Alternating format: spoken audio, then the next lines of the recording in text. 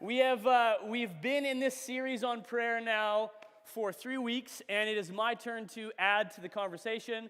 I'm very excited for this message, and I want to start by saying that even as an extrovert, even as somebody who loves to go in life, I do really enjoy quiet moments of just reflection, reading, doing inner life work. In fact, I usually have these inner life work moments in the mornings, almost every morning, with a cup of coffee and a book, usually the Bible, and a journal and a pen. In other words, I'm describing the fact that I like doing devotions. I like those morning quiet times. I really, really do. I love them. But here is an interesting thing about me. I have for years struggled to enjoy or even to do prayer. At least prayer in the way that I've been taught to do, which is sort of writing requests or speaking requests out loud to God, prayer requests. I have memories in prayer meetings or in different prayer rooms that I've been in where it sort of felt like a competition of who could stay in the moment the longest, right? You're looking over at the person beside you like, oh my goodness, they got here before me. There's no way I can leave first. That would be super unspiritual. I at least got to stay here as long as they are here, because there's that unspoken rule of time. Okay, I got to wait, got to stick this out, I got to make this a little bit longer, I got to find a few more words. Then my prayer times turn into some sort of weird like survivor immunity challenge where I'm testing my spiritual stamina against the people around me, which is really weird and an odd train of thought. Where does that train of thought, where does that thought process come from? Well, I can't speak for everyone, but I know for me, one of the things that has contributed to that is some of the stories of people who would pray for hours on end, sending thousands of prayers in the air. I just have two examples for you here today as I start. The first is of the famous reformer, Martin Luther. There he is on a postage stamp, it looks like, but that's the royalty-free picture I could get. All right, Martin Luther. He said, if I fail to spend 2 hours in prayer each morning, the devil gets the victory through the day. Tell you what, the devil's gotten the victory in many of my days then. I have so much business I cannot get on without spending 3 hours daily in prayer. Sort of doubles down there, because earlier it was 2, now it's 3. So 3 hours daily in prayer is what I need to do, says Martin Luther. Okay, that's really admirable. What about George Mueller? Okay, George Mueller, amazing man of God, who cared for thousands of orphans in the 1800s, did amazing work of ministry. He once had, allegedly, according to his biography, it's actually an autobiography, interestingly enough, had over 5,000 prayer requests answered in a single day. I don't think I've had 5,000 prayer requests in my entire life. Never mind have them all answered and in a single day. That is incredibly impressive.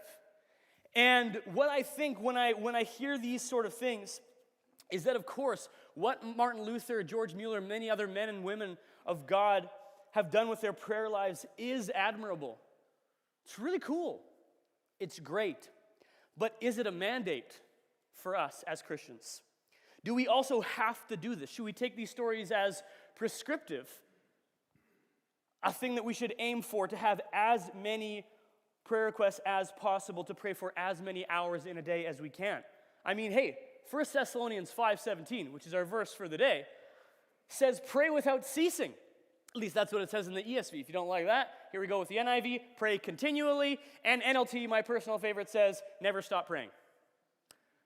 Sounds like it's not a limit. It's like, actually, don't stop. Spend your entire life in prayer. Never open your eyes even when you're driving. Keep on praying. I've tried that before. The police officer didn't take kindly to that. It seems like more time praying is better than less time praying, but how much really is enough? Because come on, we also have jobs, we also have relationships and families, right? So maybe, if 1 hour in the morning is good, maybe 2 is better, but if we compare it, which many people have, we compare it to like a physical workout. People who work out, I'm not one of them, but people who work out might say like, oh hey, you got to let your muscles breathe a little, do like an hour a day, different body parts, don't go crazy, don't hurt yourself now, But can we actually, if we take that analogy to prayer, could we actually hurt ourselves or our souls by praying too much? Are there spiritual muscles that wear out over time? Plus, if we return, again, to these verses in the workout analogy, it's constantly. So how can you constantly be working out? I mean, hey, with the workout analogy, so I hear you could take supplements or steroids to be able to increase the stamina, and then you could just work out for hours and hours on end. Are there spiritual steroids that we could take? Maybe I've taken the analogy too far. Let's move past steroids. I don't know anything about them, okay? I'm not talking from experience here. The question of how much prayer is enough prayer is one I've wrestled long and hard with, and I've heard various attempts to answer the question. And another analogy besides the workout analogy is the tithing analogy, right? So we're to give the first fruits of our day to God, some might say. I've even heard it said maybe with 10%, right? So the 10% tithe rule, which we won't get into the references to that in the Bible. But if we're to look at that, it's okay. Well, I'm awake for 16 hours, so I guess 1.6 hours of prayer then is the perfect amount of prayer. But come on, none of us actually think that way, right? And really, to assign an hour, because I do anywhere between maybe 30 minutes to an hour in the morning. That's actually been less lately because my silly boys are waking up at 6:30 a.m. It's like I just always so sorry. Yes, thank you, Jack, for your sympathy. All right. So, but with that first fruits analogy, I think that's fine to a point, but does it actually capture what the Christian life is all about? I would argue that any set time that we impose on ourselves or impose on others could be a trap into legalism or religiosity to say that it must be a certain amount of time. Plus, again, it does not solve the problem of praying without ceasing, praying continually, and never stopping praying. Paul doesn't put a time limit on it here, right? There's no time limit. He says, keep going, don't stop it. How is it possible? How is that possible for anyone besides monks and Mother Teresa to pray without ceasing? Well, funny that we should mention the mother. I actually have a quote here from Mother Teresa from a CBS interview with a news anchor in the 1980s. Here it is. The news anchor asked her, when you pray, what do you say to God? She said, I don't say anything. I listen. Well, okay, he said. When God speaks to you, what does he say? He doesn't say anything. He listens. I like that. Sneaky mom. Sneaky mother, sorry. Proper name. I don't say anything. I listen. He doesn't say anything. He listens. That is fascinating, right? What if prayer does not always have to involve words, my words or God's? What if moments of silent awareness are just as valuable as the prayer list? What if indeed silence could be a form of prayer? You know, I wonder if one of the reasons we actually struggle to conceive of ceaseless prayer is because in our relationships, both with God and with others, we've really emphasized communication. There's seminars, there's books, there's websites dedicated to doing better communication in your relationships. Communication is clearly very important. But you know what else is important in relationships? Communion. Communion. Communication is connection with words. Communion is connection just in being with. It can be without words, right? It's just the connection that you get with being with someone. Right now, none of you are talking to each other. At least you shouldn't be. Right? But we are in communion right now. We are in communion in this moment. We are together. There's a being with where we don't have to use words to declare our intentions to learn more about the heart of God. And I think the same thing, in relationship experts actually say that it's a sign of a healthy, functioning relationship, a mature connection with someone when you can sit in silence and just enjoy each other's company without having to say something, without having to use words. Of course, I will give the caveat that there are certain types of silence that are an issue, right? The silent treatment, which is meant to isolate or shame the other person. That's not good. That's not the type of silence that we're talking about here. When we look at Jesus' relationship with the Father, right? Let's go there. We can see the interplay of both communication with words and communion, just simple connection, being together, being of one mind. This is what Jesus says in John chapter 14. He says, "Don't you believe that I am in the Father and the Father is in me? The words I speak are not my own, but my Father who lives in me does his work through me." Okay, so we see words, but also just simply the actions that I take are actions that God is also taking. Just believe that I am in the Father and the Father is in me, or at least believe because of the work that you have seen me do. What is Jesus trying to explain to his disciples here? that he is in constant communication with God, even if he is not using words, even if he's not going off to a quiet place to pray, which he did, and is wonderful to go off to do quiet times of prayer. But Jesus also had this constant connection, this constant communion with the Father. They were so mentally in tune with each other that they knew what the other one wanted. You know, back when I was in youth group, back in my day, we used to play this game called Four on the Couch. Okay, anyone ever played Four on the Couch in the youth group back in the day? So Four on the Couch, I won't explain the game, but it was usually guys versus girls. The goal was to get 4 guys on the couch or 4 girls on the couch. And usually, aka always, the girls won. Why did the girls always win? Carl, thank you. Thank you. I will go back and I'll make it spiritual, okay? Because everything is spiritual, right, Carl? So let's go back.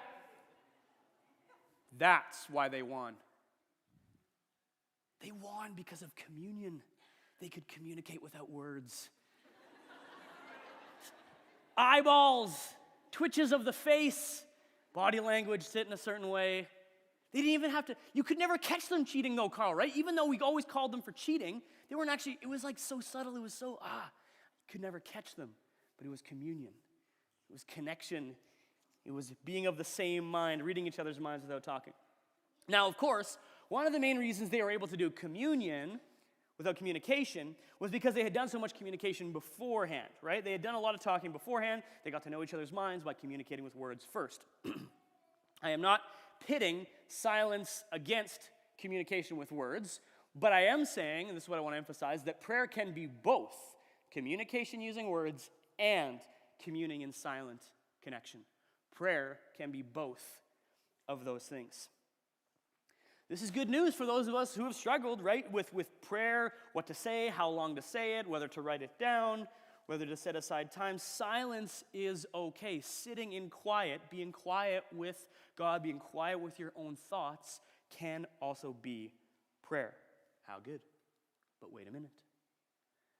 This does not solve the problem of 1 Thessalonians 5:17. It says never stop praying. And I'll tell you what, even though, of course, I can't be constantly praying prayers to God, and maybe more I can do some silent connection, even there, in my life, there is not constant silence. In fact, it's very rarely silence. I have 4 kids, and apparently a 5th on the way, so I'm not getting any silence anytime soon. Life's full. Sure, you can clap for my wife and having a 5th kid. Clap for her, not for me, okay? She's doing it. It's crazy. Frankly, too many at this point, but 5 kids. Wow. Where are my notes? Oh, yeah. That pesky Paul telling us to pray without ceasing, continuously. But with a full-time job, active social life, family at home, there is not a lot of quiet times in my life, right? If I'm actually to attempt to pray without ceasing, something's going to have to seriously change, right? I'll have to quit my job or ship off a few kids. I mean, how could any of us pray constantly with all of the activity of life? All of the activity of life. How do we make room for this when we have everything else going on? Well, wait a minute. What if there is actually a key in the everything else going on, in the activity of life actually being something that prayer could integrate into?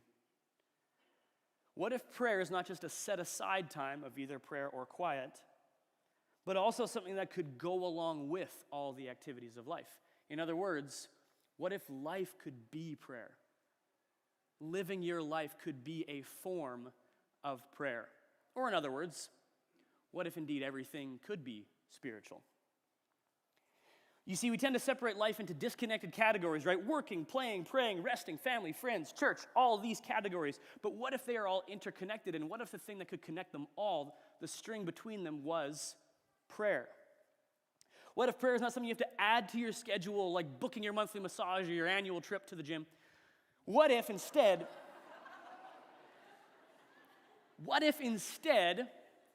prayer was given as a posture you could take into everything? It was this posture, it was this position of your heart rather than an actual physical position or a physical thing that you did with your words. What if we could bring prayer into absolutely everything? You may say I'm a dreamer, but I'm not the only one. I recently finished an excellent book on prayer that I highly recommend. It's called What If Jesus Was Serious About Prayer? Speaking of what ifs, here's the book. Shout out to Sky Jitani of the Holy Post podcast. I listen regularly. And he's written a wonderful book.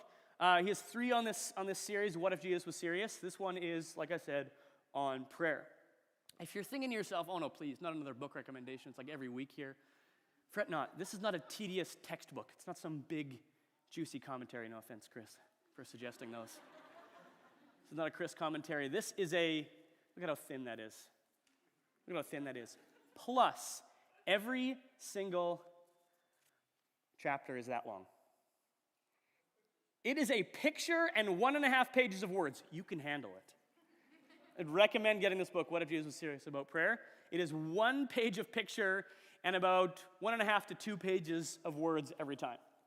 Really, really manageable, really, really helpful in prayer. And in fact, actually, here's a picture that inspired this message. Here's a picture that inspired this message. I know in the back you might not be able to read this. So right here, it's a prayer life. Okay, this says a prayer life, and there's all these individual bells, all these individual little ones. Shop, play, sleep, work, eat, family, pray. Okay, we ring the prayer bell if we have time at the end of all things here. Okay, so shop, play, sleep, work, eat, family, pray, all different categories. But what if instead of a prayer life like that, like how many of us in the modern world think, what if instead we could have a praying life where actually there's a string, and every time you pull on one thing, everything else gets connected, and the string itself is prayer. So family, eating, working, sleeping, playing, shopping, everything is actually connected through this string of prayer that runs through. It's like sleigh bells, right? Sleigh bells ring, are we listening? So when we're working, when we're playing, are we aware of God's constant presence with us? Again, what if prayer is more like a Wi-Fi connection, right? Where you can actually do a whole bunch of things with a Wi-Fi connection. You can do all sorts of things. Good things and bad things with a Wi-Fi connection you can do. And you can work, you play, right? You can find things to eat, you can connect with family, you can connect with friends across the world, all kinds of things that you can do with that connection. Are you aware of that connection and how strong it is? Again, what if instead of prayer being a separate category of life, it was this string, this connective tissue that brought everything together, and it was our awareness of God with us, Emmanuel. Oh, Christmas references. I'm so excited for Christmas. Aren't you? Wow. Listen to what respected Christian author and theologian Dallas Willard said exactly about this right here. Don't seek to develop a prayer life. That's a bold statement. Don't seek to develop a prayer life. Instead, seek a praying life. A prayer life is a segmented time for prayer, which you'll end up feeling guilty that you don't spend more time in prayer. Eventually, you'll feel probably defeated and give up. A praying life is a life that is saturated with prayerfulness, where you seek to do all that you do with the Lord. Praying without ceasing is maybe not such an unattainable target, but rather an encouragement to invite God into every single part of life. Invite that connection with Emmanuel, God with you in every part of your life. If you need any more proof that a praying life is our goal, really, as Christ followers, that connection, let's look again at the way that Jesus talked about his connection, both ours and his with the Father's. This is Jesus on his connection. I tell you the truth, the Son can do nothing by himself. Come back to that. He does only what he sees the Father doing. Whatever the Father does, the Son also does. The Son can do nothing by himself. Now, this is just a thought I had while reading this. This is not from a commentary or a book or anything like that. I just had a thought that for the first time when I read this passage in John chapter 5, I viewed it differently than I have before. I've always thought the Son can do nothing by himself meant that Jesus literally couldn't even bend over and pick up a rock unless God gave him permission, or that he was, somehow that the Son can do nothing by himself was that, he was constantly, in order to do something, God empowered that. Right, and there's other passages where it says, without the being connected to the vine, you can do nothing, right? That's John 14. But then I thought to myself, I said, wait a minute. What about this phrase right here? By himself. We use that phrase sometime, right? I'm going to go read by myself. I'm going to go to the hot tub by myself, says my wife after a full day with the kids. I'm going to go do something by myself, right? By myself. Here's what I wonder if Jesus thought. I can't do that. I can never do anything by myself. I'm never alone because I'm constantly in connection with the Father. It's impossible for me to be alone. The Son can do nothing by himself. He can't do anything alone. He can't ride a boat. He can't do carpentry, which he did a lot of. For those, he did more of that than what we read in the Bible. So much time that he spent doing ordinary life things like we do, he was still connected to the Father. He did nothing by himself, not even those mundane things. He was aware that he was never alone. And he prayed the same thing for us. Later in John 17, I pray that they will all be one, just as you and I are one. This whole I wish I could fit it all on the screen. We could just look at John 17 for the rest of the time. It's filled with this language of be connection, don't separate, stay together with each other and also with God. As you are in me, Father, and I am in you, and may they be in us, right? May they be constantly connected to us, in us, so that the world will believe you sent me. There's no greater witness to the world than somebody who is constantly aware of their connection with God. Jesus knew and experienced this constant connection no matter where he was. He turned around and prayed the same thing for us, constant connection. Okay, all right. Get it. But what does that look like practically? Well, here's a fun story. This will wake you up. It's a fun story from last month when my wife went on a 5-day trip to BC, and I was at home with the 4 kids. It's already a fun story. Just anticipate what's going to happen. So not 2 hours into my 5-day stint with the kids, I was already contemplating criminal activity. Didn't take long. I had to arrest myself. So on day two, the morning, in the very short little morning quiet time that I got, I just asked myself a question. Oh Lord, what can I do today to avoid jail time? What, just one little practical, I need to think of something. And then I thought of it. It's in my pocket. It's right here. It's got these little in-ear headphones. And I thought to myself, hey, you could put both these in and ignore my kids all day. No, I thought, what if I just put one in? And I turned the hear-through mode on, right? So I'm still a responsible parent. And I just very quietly, in this 1 year, very quietly, put on just some soothing background music. Some synth pad, wind noises, maybe some chimes, something really zen. And I could have that in my ear throughout the day. Actually saved me. Let me tell you, this is what happened. A couple hours after having that in there, my son took all of the Coke Zero cans out of the cupboard and he started throwing them around the kitchen, my 1-year-old son. And he smashed one can into the other and it exploded and shot all up the ceiling, up the walls, up the fridge and the oven and everything. And I was coming into the kitchen as it happened. It exploded. And my immediate reaction is, Zeke! And then I heard the music. And I said, hey, it's all right, buddy. Totally fine. We can clean this up. It's kind of funny, actually. Let me take a picture. Took a picture of the big mess, and it was all good. And all my kids survived. I think, again, that little reminder of God's presence throughout the day. It's a silly story, but I think it actually could give us hope that this is possible. This is possible. Let me show you a really cool graphic here. This is, again, from the book, What If Jesus Was Serious About the Church? So look at this graphic here. So you got a brain on this side that has no prayer. You know what? Let's eat and drink for tomorrow we die. Life is meaningless. It's all whatever. Don't need to pray because everything just happens randomly by chance and whatever else, right? Just engage with the world. That's purple. You got the extreme on the other side, only prayer, okay? Eating and drinking is for pagans, right? You just got to remove yourself, move to a monastery, pray all the time, Don't engage with the world. Then you have disintegrated prayer. Let's eat and drink, for tomorrow is Sunday. Okay, it can be spiritual at least one day a week, or Saturday here. Right, we got a little bit in a segmented section of life. There's prayer, and then you have integrated prayer. Let us eat and drink to the glory of God.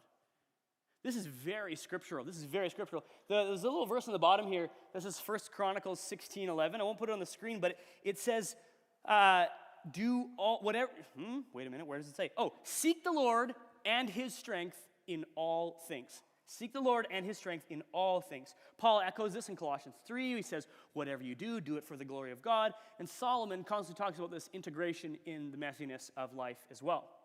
The point is, Scripture clearly points us to an integrated life, a praying life that integrates prayer with work, play, rest, and relationships. In fact, maybe a helpful way to define prayer is that space where my activity and God's activity overlap, where I acknowledge he sees what I'm doing and I do it with him. And as I get to know his character, I see what he is doing and I do that with him, which is why Paul could say, we are God's fellow workers. Right? We're co-workers with God. How crazy is that, to be a co-worker with God? Right? Of course, Scripture sometimes uses the language of servants, but even there, Jesus says, I no longer call you servants, but friends, because a servant doesn't know what his master is doing. You know what I'm up to now. I know what you're up to. We have this exchange. The veil's been torn. We're connected. Come and do everything with me. Prayer trains our brains to notice what God is up to in all areas of life. We're going to do a little experiment here, just to, again, train our brains to notice God in everything we do, okay?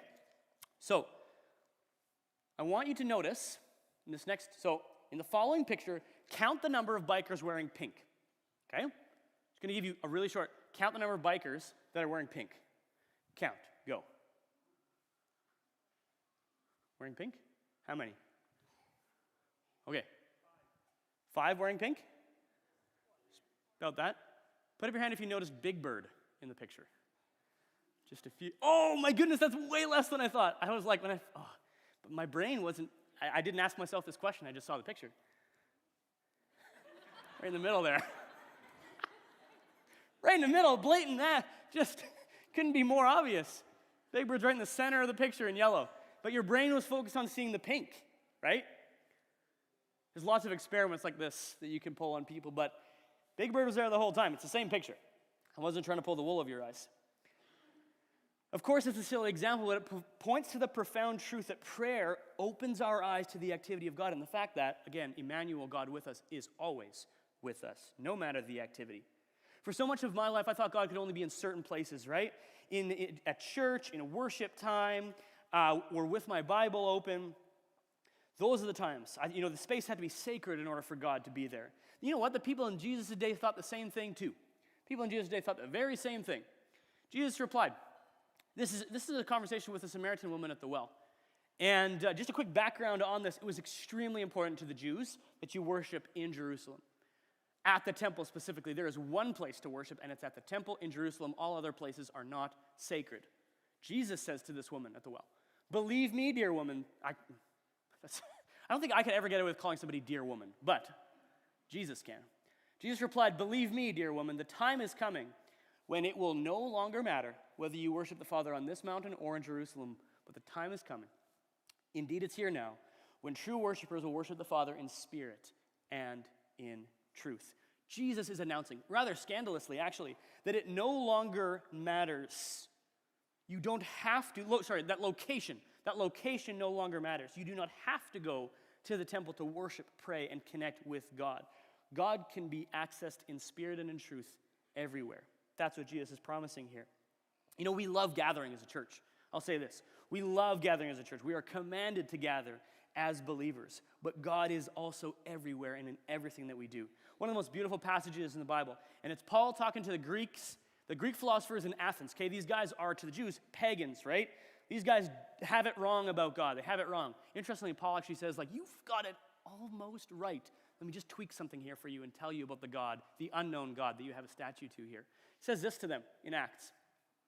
The God who made the world and everything in it is the Lord of heaven and earth and does not live in temples. Again, scandalous for a Jew to hear that. He does not live in temples built by human hands, and he is not served by human hands as if he needed anything. Rather, God gives everyone life and breath and everything else. God is intimately involved in what's going on in our lives. God did this so that they would seek him and perhaps reach out for him and find him, though he is actually not far from any one of us. For in him we live and move and have our being. That is one of the most profound messages of the New Testament. God cannot be contained by buildings, books, or special days of the week. He is in everything, and everything is in him. In him we live, we move, we have our being. That means that when you go for bike rides, that can be spiritual. Every time you gasp for breath, you're literally breathing in the breath of creation that inhabits all of creation. Every time you build something with your hands, you are building as the creator of the universe built everything in it. Every time you wipe snot off your kid's face or tears, every time you wipe tears off a kid's face, you are reflecting the God who will one day wipe away every tear. It's beautiful. He is in every moment, if we will notice. Now, of course, living this integrated life, this integrated prayer life, it's actually tricky, right? I'm just going to go back here. This integrated brain picture. This is such a beautiful picture again. This is the goal. Involving prayer in every area of life, having it be that string that connects everything. It is not something that happens from hearing a sermon, of course, right? Just hearing about it, this praying life. Like anything worthwhile, it takes practice to have that integrated praying brain. And I would be remiss if I didn't give us some practice time right here and now. So this is how we're going to end the message today. I found something recently, very helpful. It's called the prayer of Examen. Not the prayer of the X-Men. The prayer of Examen, or examine. It's a better way to pronounce it, but my professors at Providence, they say Examen. But it literally is a prayer where you examine your life, your day, your previous day, and you look for moments where you felt drawn near to God. You examine, you find moments where you were drawn away from God. It's a closeness, it's a communion exercise. Where have I seen myself drawn close to God? Where have I been pushed away? Ignatius Loyola, the Spanish theologian, called these moments consolation and desolation. And we're going to start here with desolation. Maybe before I do this, I'll just have us quietly take 3 breaths on our own, just to calm ourselves. I think mostly I need to calm myself.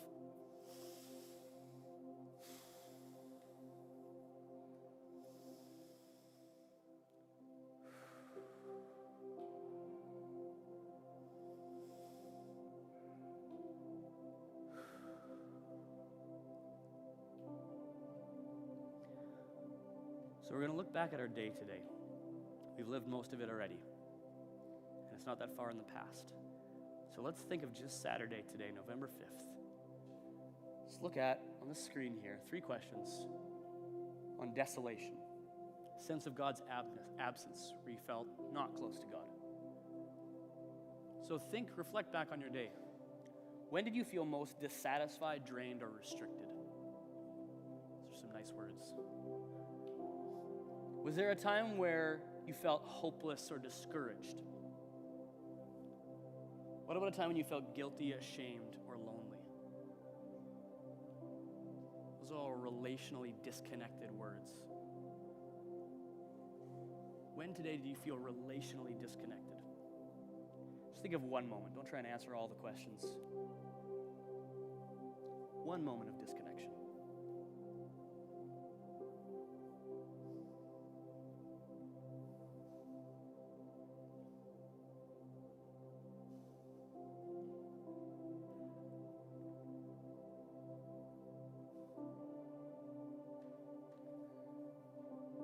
Now, to end on a positive note, we're going to look at moments of consolation, closeness, or connection. So when did you sense God's closeness? What events, relationships, or thoughts drew near to him? When did you feel hopeful and free to love? Hopeful and free to love someone. What was the most joyful or life-giving part of the day so far? I'll give you a moment to think about that.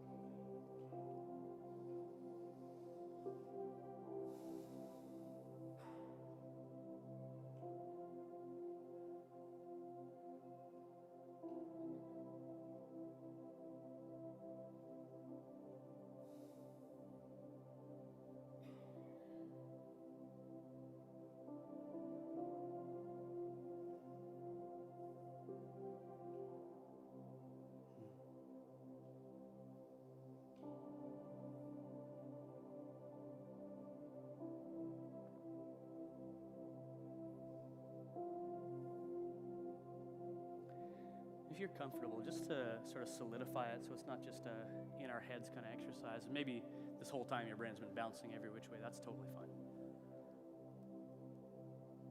Here's something that we can all do. If you're comfortable, just whisper or say out loud, just a thank you for whatever moment that was. So I'm going to do it. Invite you to do it with me. We're going to out loud say thank you for, and then whatever that moment of connection was. So 3, 2, 1. Thank you for that quiet moment in the vehicle, Jesus.